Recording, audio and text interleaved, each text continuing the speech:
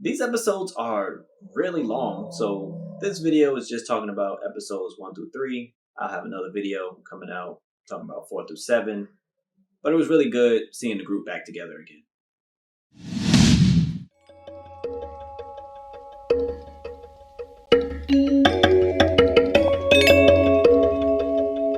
Hello, welcome to Just My Thoughts. I'm your host Khaleel Ward. On this episode, I'll be talking about Stranger Things Season 4. Again, only episodes 1 through 3.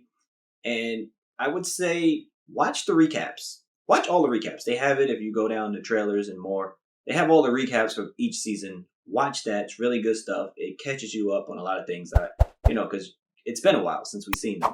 But these first 3 episodes, the shortest one is an hour and 4 minutes. In previous seasons, we were getting 45-minute, 55-minute episodes. So all of these episodes are over an hour. Part 2, when it comes out in July, that's supposed to be like 2 hours for each episode. So it's a lot to take in this 4th season of Stranger Things. And things have changed. We have Elle living with Will and his family. They moved to California.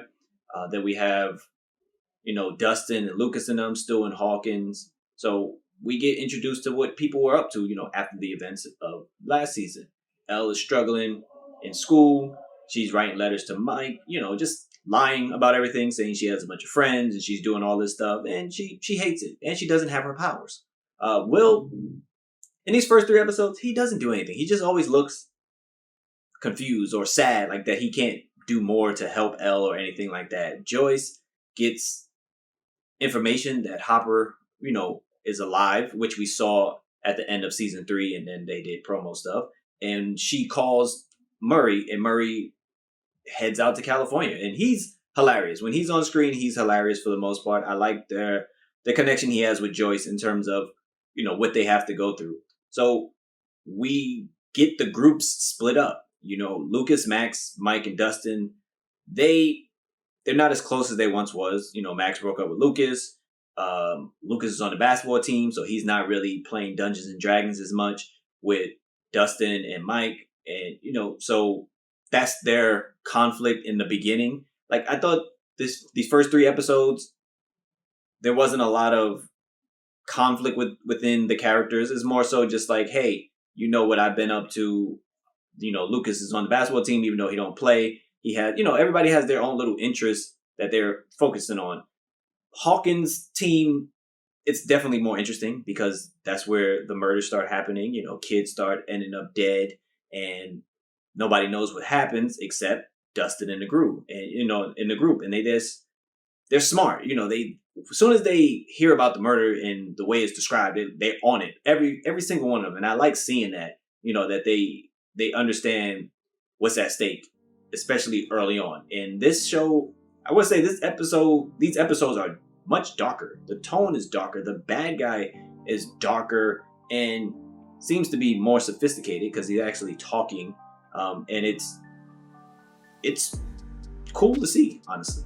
It reminds you of Freddy Krueger and stuff like that. People start seeing things and then they get taken out. So it was cool to see them after so much time apart.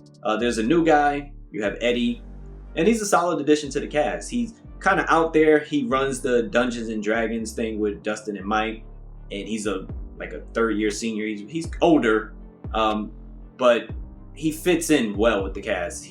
I like his dynamic with the other characters. I would still say the best relationship or dynamic of any kind is Dustin and Steve. Just when they're on screen together, it's constant jokes. The way Dustin talks to Steve as if Steve is younger than him, and it's just I love seeing them together. I wish there was more Erica in the first few episodes. You do get a glimpse of her, who's Lucas' sister, and I wish she was in it a little bit more in these first 3 episodes. Again, it's all just having these 3 different groups doing something. So you have the California group, you have the Hawkins group, and then you have Joyce and Murray off with their adventure to see what happened with Hopper. And in the first 3, again, it's a long few episodes. You have everything. You're spending time with the characters, and I think that's what we're ultimately getting with all these episodes, with all the long episodes, rather than having a shortened season, which is 6 episodes, or more episodes added. They just said, we're going to give you an hour plus, and we spend time with these characters. They might not always be doing something interesting. Like, I think for a while, the California group is kind of boring. Things with Elle and her being bullied and stuff is like, okay. She doesn't have her powers. Where are we going with this? But it's definitely building towards something, in the latter episodes. And I enjoyed these first 3, for what they were, where, they're building up towards something. But those are just my thoughts for the first 3 episodes. If you watch the show, I know some people are breaking it down because the episodes are long. So let me know what you thought about the first 3 episodes of this new season of Stranger Things. Don't forget to like, comment, or subscribe. Thanks for watching. Thanks for listening. Deuces.